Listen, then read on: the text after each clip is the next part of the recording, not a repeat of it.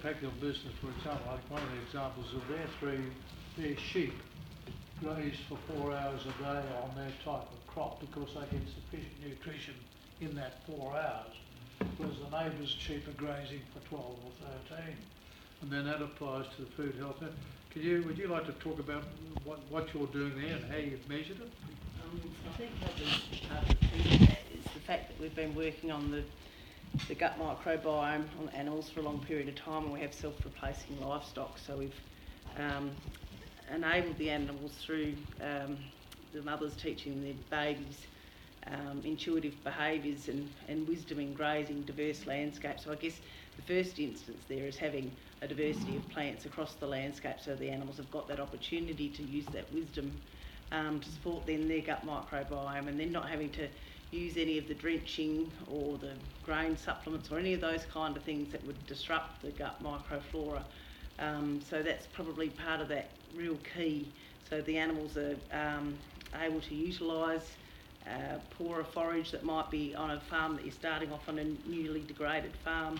The animals have a capacity within that microflora in their gut to absolutely optimise the natural vegetation that's out there. So consequently, their need to wander and graze for long periods of the day is minimised. They can rest and sleep for longer periods of the day because they are getting their nutrient requirements a lot easier.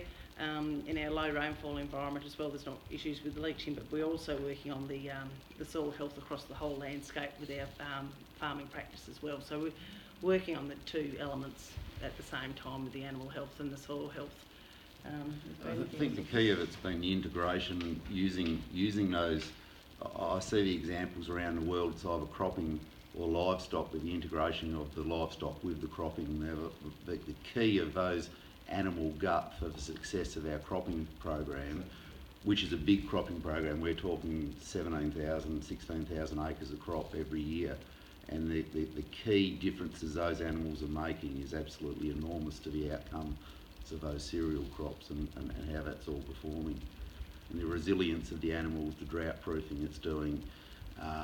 We had a pretty big drought in 2017. We had, from when the crop germinated, 63 mil of rain to actually grow the crop, and the resilience that actually created that we harvested 6,000 hectares of crop grown on 63 mils of rain, and it was on a break-even year to be able to achieve that. So it's grossly underestimated the difference that can make by the microbes, and what it's also about too, it's about stimulating your native microbes, no matter which country, no matter where you're in.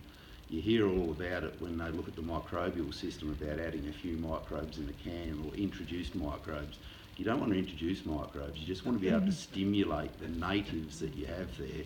And what that then does stimulate is all the native grasses, plants, whatever's around. That gives you the biodiversity, the native biodiversity of your area. You've got to look at your landscape and see what the native position that land was in, and get it back to the native, not try and manipulate things to get where you think you want it to go. Yeah.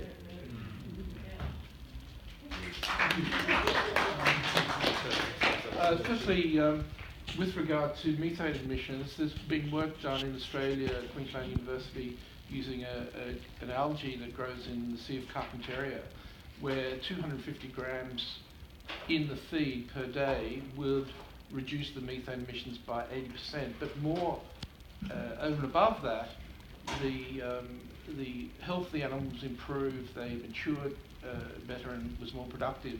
So for a relatively low input cost, they get much better environmental outcomes and productivity, and including the nutritional benefits of having the deposition of those vital trace elements in the soil that come from seaweed or algae. But seaweed equally has similar performance and should be strongly advocated in livestock management.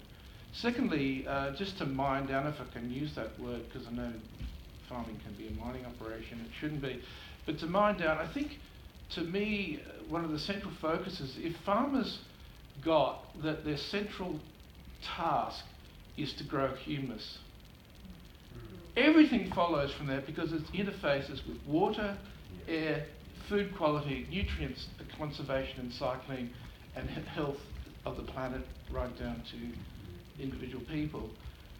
So I'm just wondering, because it is such an important natural capital, that be highlighted and be sort of a central focus, because when you look at carbon sequestration, you've got so many different pools, and you've got the labile pools, which, whereas humus locks up 70% water in a form that's colloidal, so it's less likely to evaporate, which is a huge bonus.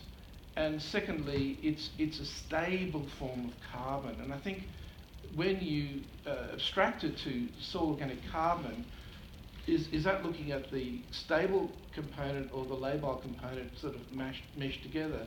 I really think that distinction is vital for the future. Yeah.